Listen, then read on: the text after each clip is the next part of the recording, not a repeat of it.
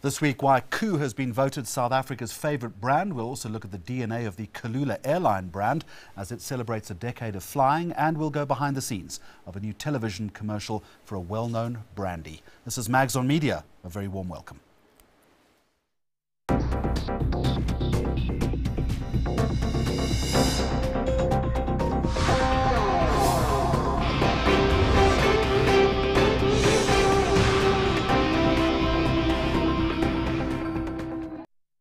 We start this week with journalism and reporting from the front line. How do foreign correspondents work in the crisis zones? How do they manage and gather sources and information? And perhaps most importantly, how do they look after themselves? Three perspectives this week. E-News reporter Robin Creel, cameraman Mishak Dube have just returned from famine-ravaged Somalia. David Smith, the Africa correspondent for The Guardian and The Observer, is back from Libya. All have stories to tell. Welcome. Thanks very much for joining us.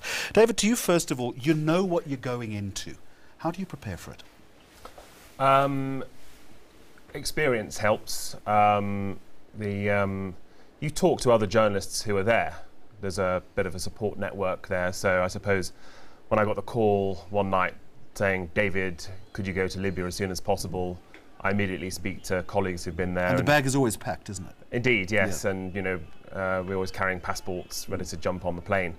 And, you know, you get there and, you know, as a journalist, you're often carrying body armour and a helmet, a satellite phone, because particularly somewhere like Libya, you know, phone networks are controlled or just not operating at all. And part of my trip, I was in the rebel area, so you actually take literally a gigantic suitcase full of food and bottled water, because food was quite hard to come by there. And you know, along with some notebooks and pens in my case, then you kind of improvise, and also take a huge amount of cash as well. You know, credit cards won't work, so have cash to pay people off or pay for your hotel and so on. Mishak, how nervous do you get before an assignment like this? You're going into the unknown, aren't you? You do get really nervous, but the first thing I think about is how can I, you know, get there and tell the story back at home or to the public who are watching. But you do get nervous. Do you go in with preconceived ideas of what you're going to see, or are you always taken by surprise? I mean, Somalia is not the first crisis zone that you've been to. Well, you do go with ideas, but you always get surprised when you get there, because everything doesn't go as smooth as you think. Like going to Somalia, I'd been to a war zone before, and I was going to Somalia and thinking, no, it's just going to be a drought. And when you get there, you actually realize that this is also a war zone, and it's very tricky. Robin, are you cognizant of the risk and danger, or do you try and shunt that to the margins? I try not to think about it, but you do have to, and you have to be aware at all times. I mean, in Somalia, Mishak and I were hearing sort of gunfire just a few blocks down the road. Someone took a shot at Mishak and the SABC cameraman. So you have to be completely aware the entire time, but you also can't let it cloud your judgment and sort of not let you do your job. Fighting to come in, fighting to stay alive. Sometimes you just have to push it to the back of your head and think, this is risky, but let's just do this and worry about it later. David, there's this notion, isn't there, that foreign correspondents are gung-ho and that they seek out the danger. That couldn't be further from the truth, surely. It varies case by case, I think. What about you? No, I would not describe myself as gung-ho. It's interesting, on any given day, in any situation, you're making calculations. In Libya, and sometimes it helps to travel in a group. You know, another journalist and I, we went to the front line. You know, we'd been told there were missiles falling and ordnance around, and we could hear things in the distance. Clearly, you know, what we did was more risky than you know, crossing the street in Santon, but at the same time, it was less risky than if we'd kind of gone hurtling off into Colonel Gaddafi's territory. Sure. Not knowing where we were. And you know, you trust your instincts, you trust advice. I know of some journalists who are gung-ho and adrenaline junkies, and you know, almost there for that thrill and adventure. Some of them survive, you know, some have died over the years.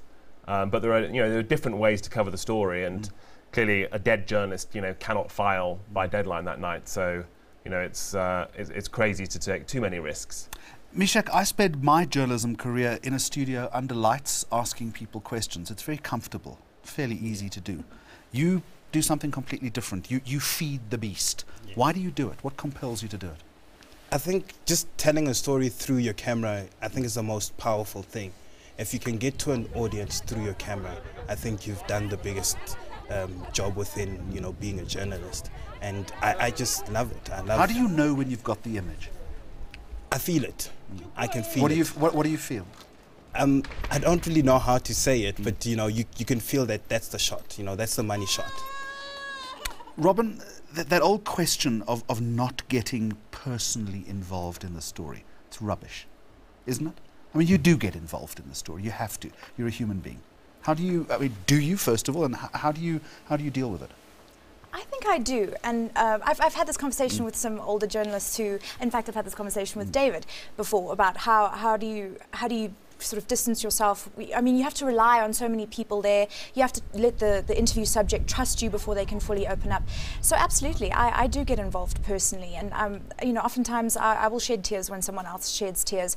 I don't think you necessarily always have to do that. Some of the best journalists are completely emotionally uninvolved, but I feel it helps me to tell a better story. Sometimes I don't, I can't leave it behind, which is normal, but I think it makes me a better journalist being able to be involved and to feel empathy. 2 weeks on, what image, what story that you brought back from Somalia sits in your heart? There are so many. There was one particular one when a little child, she was a baby in fact, baby Salomo. I was just, the mission wasn't even rolling on this, so I was just sort of sitting there watching the doctors treat her, and she was screaming, getting an IV put into her hand, and I sort of put my finger out and she grabbed my hand, and her mother was, I was sort of overcome, and her mother actually comforted me, which I thought was sort of ironic in that situation. I mean, a baby's so dehydrated she can barely scream. That sort of stuck with me, and also the food riot when people were running out of their shoes to try and get food, willing to die with their children, risking being shot to get food and medical treatment. And for me, that's an image that will stay with me. Do you get personally involved, or do you keep your distance? A bit of both, probably. I mean, I can, journalists are not robots. So it's a myth to sort of suggest that we can be completely 100% objective. I think a balance needs to be struck. Clearly, if one becomes too involved, then there's a danger of distorting the story, or sort of losing a sense of detachment, and sort of taking one side or the other. So I think emotions are good, but they ought to be kept under control.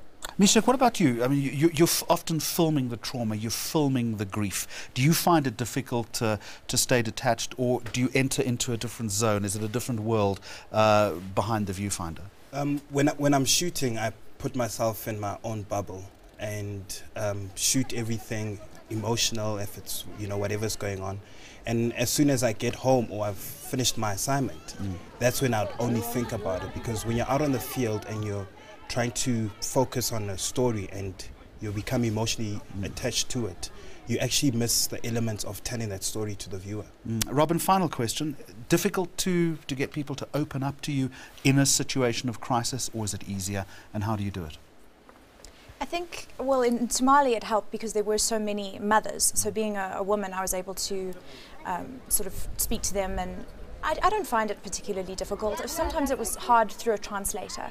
That sort of breaks things up. But in a crisis zone, so many people are just desperate for help, and unfortunately it makes it quite a lot easier to tell stories. And often to tell their story.